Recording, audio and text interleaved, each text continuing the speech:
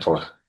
Well, you can put him for anywhere from 2 to 6. It's he used a deadly weapon, so I guess it's a 3G offense. So he'd have to do half the time. He's been in for a little bit now, and so I think it's more of a based on what you have here and his past and all the other things that have occurred.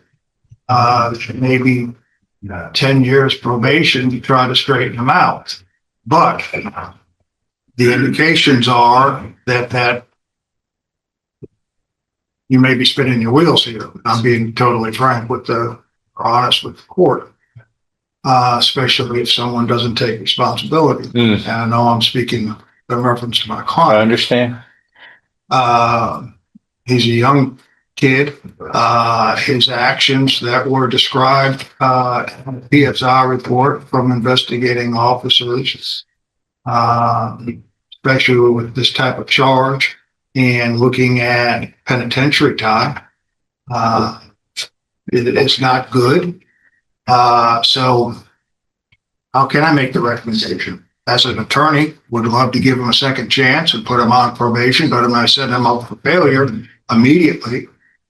But this is a 3rd degree felony, which is 2 to 10, and the cap is 6. So you're looking at another 2 years if he's convicted of the 10 years.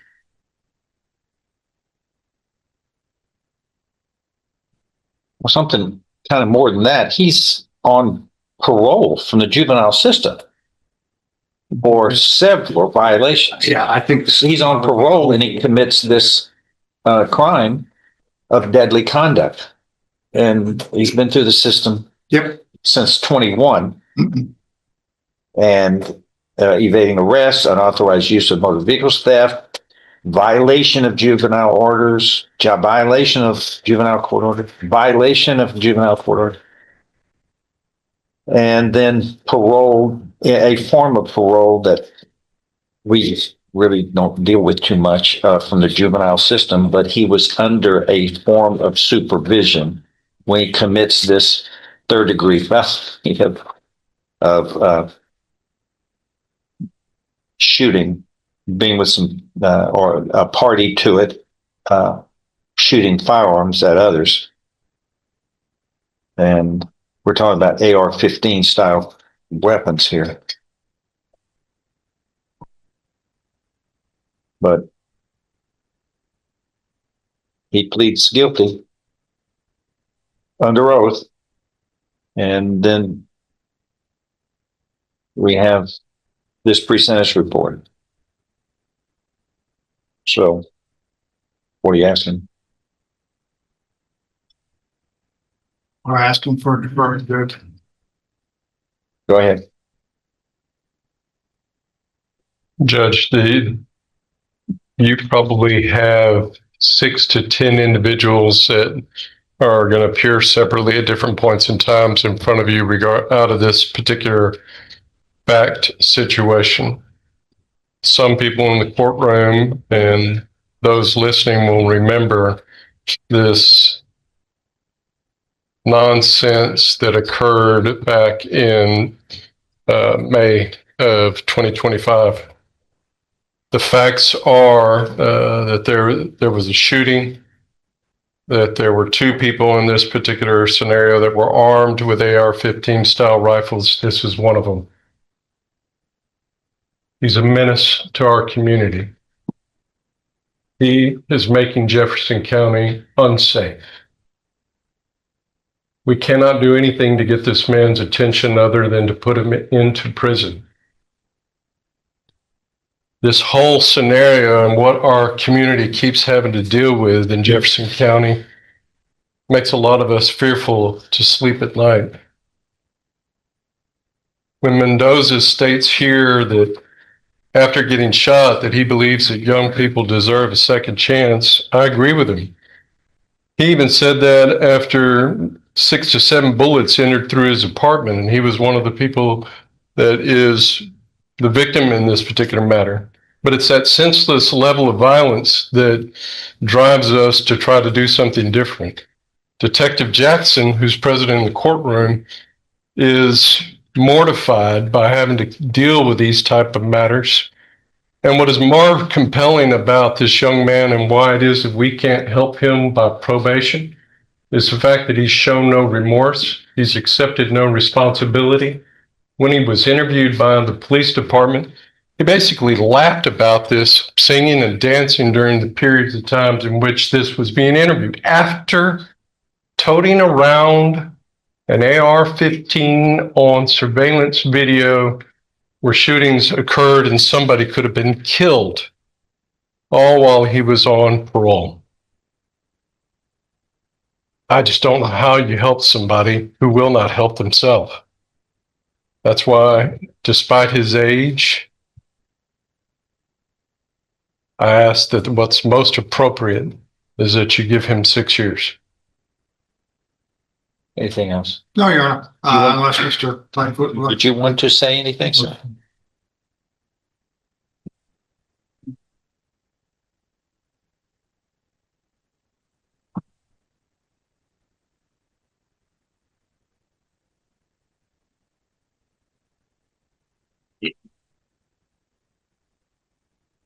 All right.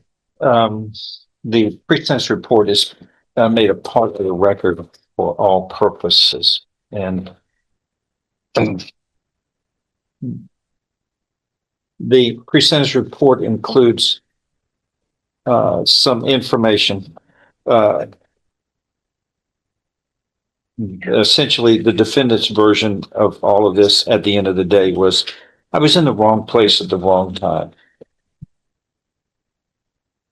The victim of this case states, I feel as though everyone deserves a second chance, but not when you just randomly shoot at people. He should not get probation. It was several of us in my apartment at the time, in their home. When gunshots rang out, we got on the floor. A friend's car was shot up.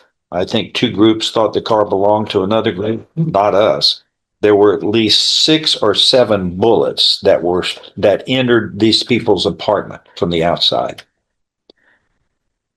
Because you and others are shooting at each other downstairs, and then people are trying to live, and then you got 6 and 7 bullets whizzing by. What kind of place is this supposed to be? This is the United States of America. We're supposed to have better than this.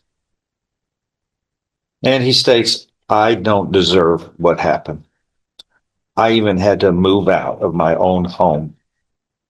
This was supposed to be a safe space. Well, the detective in this case, his summary is pretty good. And it summarizes what this is all about. Chaos and irresponsible, lawless behavior by you and others. This is a case where multiple persons, multiple humans could have been killed. As a result of shooting at others, one of them was struck with gunfire and was rushed to the hospital, and another one was shot in the arm. When they arrested you and were investigating, your attitude displayed no concern. You were bothered by being arrested, knowing that people's lives had been jeopardized, people could have been killed, and somebody was shot. You were singing and dancing during the interview, having a good time. No remorse or showing of any care whatsoever. After being told what charges you would be placed under, you started singing and dancing again. Took no accountability for your actions. And this is all while you had been dealt with more than once, numerous times under the juvenile laws for your irresponsible behaviors of evading arrest, unauthorized use of motor vehicles, thefts, then violations of your juvenile court orders, and you were under a form of parole with the juvenile system when you were involved with all of this.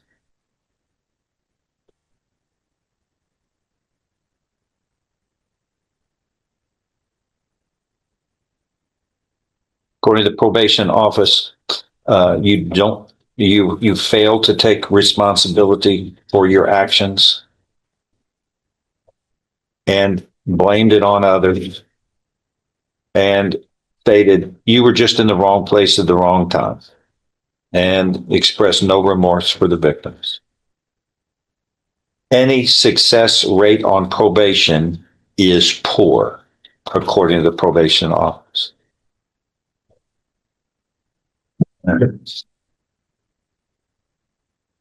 Anything else after all of this? Did you want to say anything, sir? You don't want to say anything?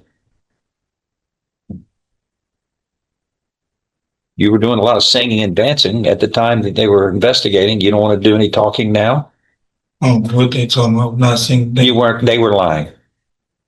Everybody seems to have had a different story here. The investigation is completely different from what you say, but you're the one in all the trouble.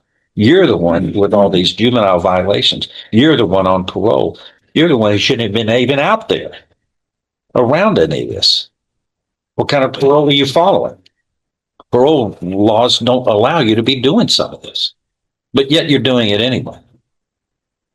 But the most important thing is you looked me right in the eye and stated that you were guilty of this crime under oath. Didn't you? yes, sir. Were you lying to me? Were you lying to me under oath? No, You want to add perjury to everything else? no, yes, sir.